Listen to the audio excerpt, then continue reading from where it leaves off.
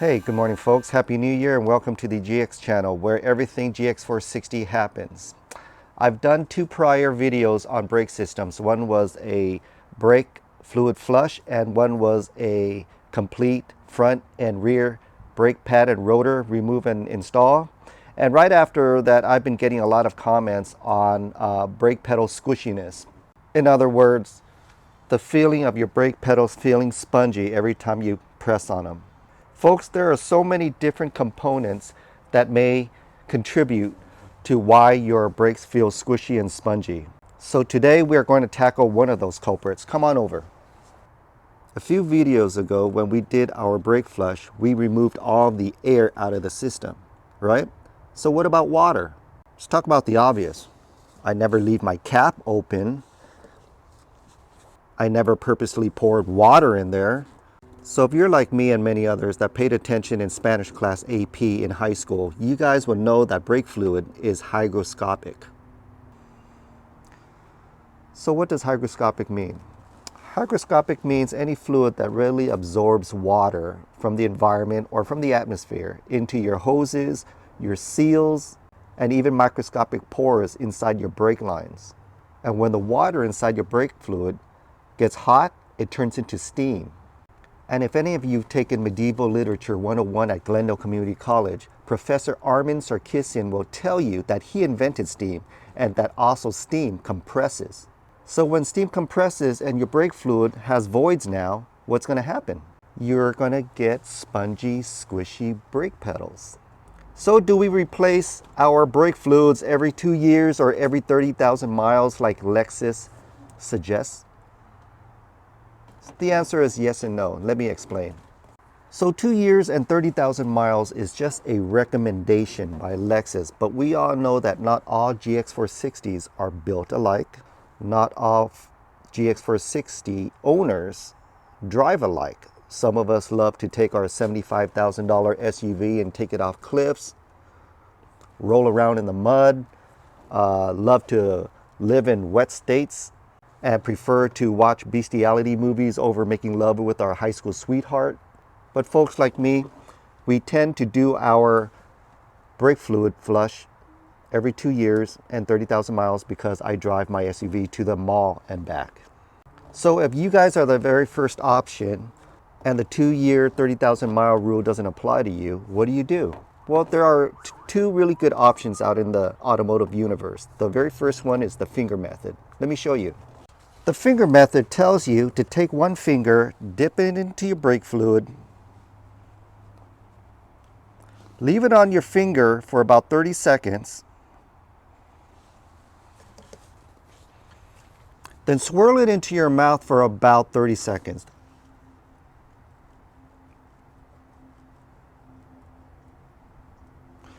If your brake fluid is bitter, there is no water in your system.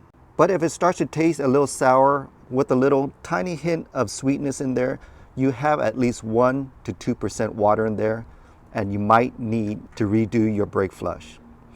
I used to use Lee & Perrins Worcestershire sauce and put a couple of drops on my finger.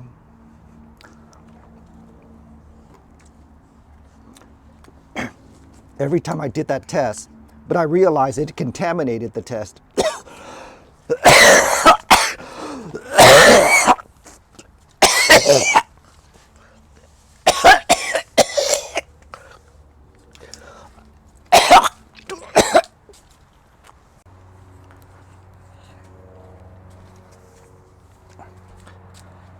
Yeah, let's not go with option one. Let's go option two. Let me show you option two, guys. Come on.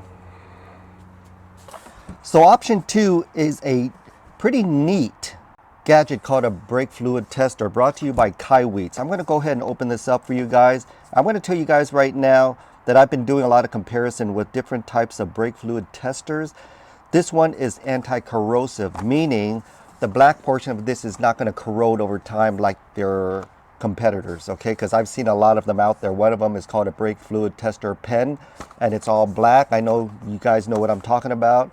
This one is a more updated, more modern, more advanced take on what used to be in the automotive industry to do brake fluid testing. So let's go ahead and check this out.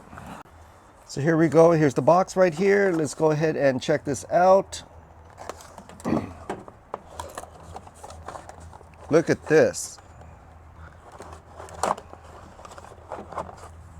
Nice, very sturdy. Here's the two probes that's going to go inside your brake fluid to test it. And this is going to test dot 3, dot 4, and also dot 5.1. Okay, here's your power button. Okay, and it's actually going to tell you the percentage of how much moisture is going to be inside of your brake fluid. It's not just going to light up green and red and call it pass or fail. It's actually going to tell you exactly how much moisture you have in your brake fluid, which is good because it kind of gives you a fair guess on how much longer you can drive around before you need to change your brake fluid. Okay, so let's go ahead and test this. Right here, it gives you a very nice name brand battery. Here you go, by Energizer. All right, USA. Okay, so let's go ahead and put this in.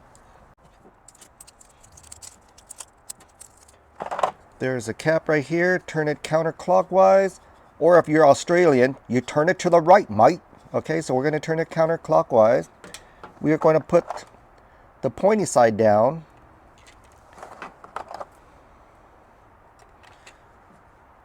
Turn it back in.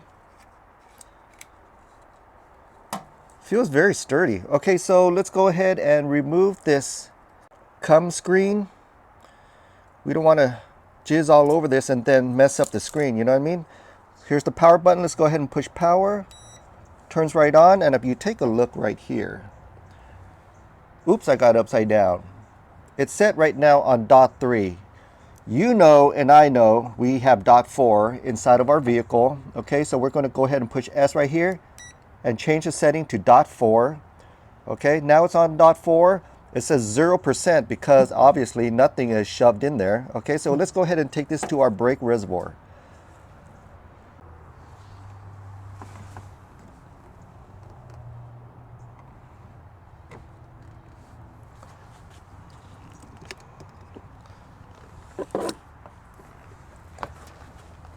There you go. It tells me I have 1.4% and it is lit in green. So at 1.4%, I'm still in the green. Green meaning I'm under 2%. Anything over 2%, you're starting to trudge on needing to change your brake fluid soon. Okay, if you're in the red, you have way too much moisture and obviously you're going to get spongy squishiness in your brake pedal. So you guys, many of you guys are probably skeptical and saying this shit doesn't work because it probably turns green and not accurate for everything that I shoved this stick in. So why don't we go ahead and take some dot 4 brake fluid, throw some water in there and see what happens. Dot 4. Put a little bit of brake fluid in here.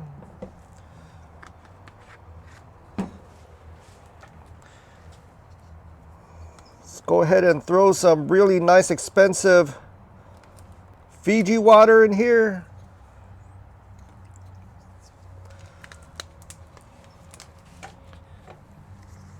Let's go ahead and mix it up.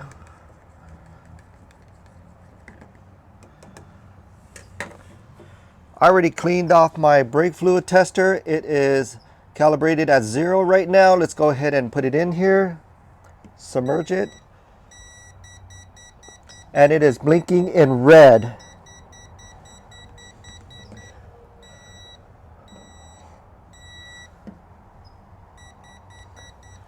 And it is completely blinking in red.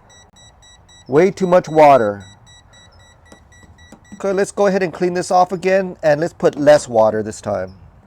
Okay folks, let's do the test again, but this time let's try to stay in the green by putting a little bit of water only. Let's put in a lot of dot 4 here. We already put in about 80% dot 4 right there.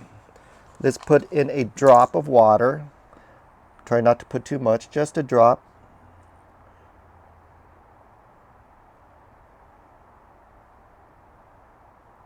Okay, let's see what happens. Let's see if our readings coincide with how much moisture we added to our brake fluid. Right here, I have it at 0, calibrated. All you have to do is just clean off the tips, dry it, and it'll go back to 0. Let's go ahead and put it in here again.